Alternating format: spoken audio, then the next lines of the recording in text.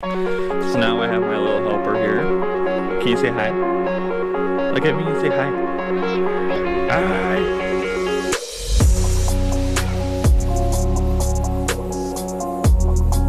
Welcome to another episode of FML, and today we are working on the minivan. The minivan has let me down. Let me down. Here's the story. Family, road trip, baby's birthday, driving down the road in the middle of Madison, Wisconsin. So we have 4 lanes of traffic and I'm in this one. Van goes into limp mode and throws a code. Chugging along, I managed to pull off into a parking lot, and luckily I have my little Bluetooth scanner. So I scan the codes and it turns out it is a VVT code.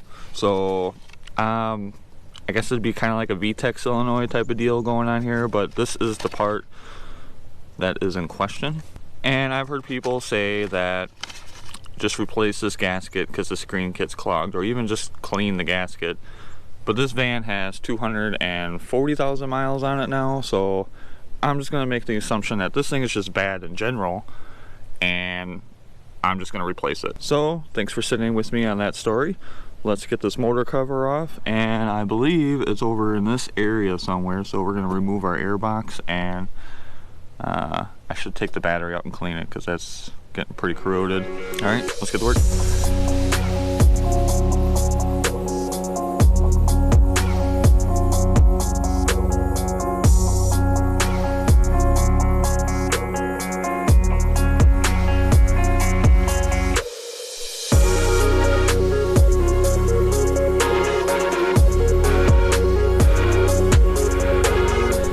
now I have my little helper here. Can you say hi? Hi. Look at me and say hi. Hi. Hi! So, I got pretty much everything cleared out of the way that I'm going to clear out of the way. Let's see if we can get this camera in there.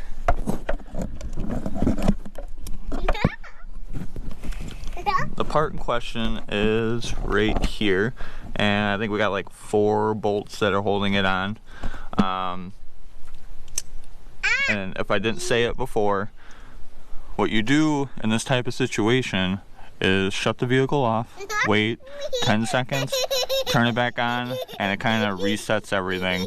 And the code that you get is VVTI or something like that, stuck on or stuck open. So shut the car off, turn it back on, and you're good to go. And my scenario, the whole time we were in Madison, it only did it the one time. But then on the way home, and it was about a 2-hour drive, we stopped halfway, it did it again, and then when we got to town where we live, it did it 4 or 5 times, even while driving at this point. Before, it was only doing it when I had stopped. So driving, either you need to find a place to stop to turn it off, and if you're feeling brave, shut the car off, put it in neutral, shut it off, and then turn it right back on and put it in drive while you're moving on the road. Not an ideal situation, but gotta do what you gotta do. So now let's get in there and take that out.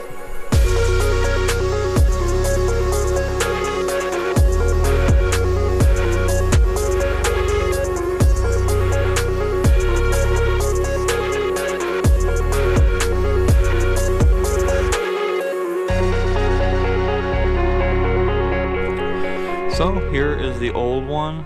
The screen looks pretty mucked up, so maybe that was just my problem, not getting enough oil pressure.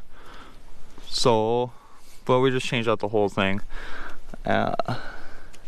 This one does say a different name on it with no Honda part number, so this probably has been changed in its life once already. So we probably could have gotten away with just a $10 gasket, but we had to buy a $300 solenoid. Oh, it pinched you? Oh God, be careful. Are you okay? So now we're gonna plug everything in, and I am just gonna reverse the video. So have fun with this.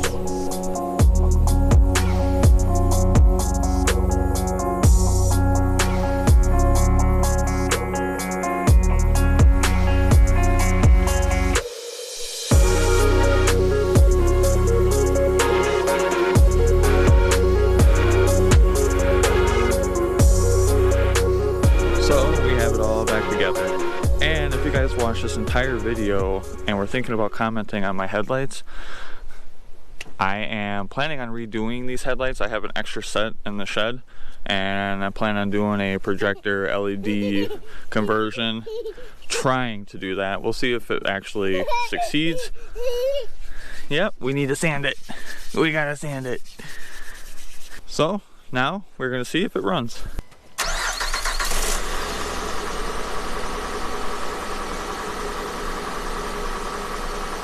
And there you have it. A completed job. This thing still runs great. Like, it has all the power. You know, I did the timing not that long ago. I should probably look at doing a transmission service. The Honda will tell you that you cannot service this transmission, but there's actually a cartridge filter with a part number that you can order to change on these transmissions. So I don't believe in the whole lifetime fluid stuff, because I think they say lifetime, but it's 100,000 miles. It's what they design these vehicles to run to before they start breaking, and you should go buy a brand new one. But with that being said, we're going to do a transmission service on this. I think we're going to do it on the AMG too, because there's a solenoid pack that's known for them to going bad, and the transmission's been acting kind of funny on that thing lately. So transmission service, windshield, windshield. We still got to do all that. So we made it down the road, and check engine light, VSA code. There's something else going on, and pretty excited about it.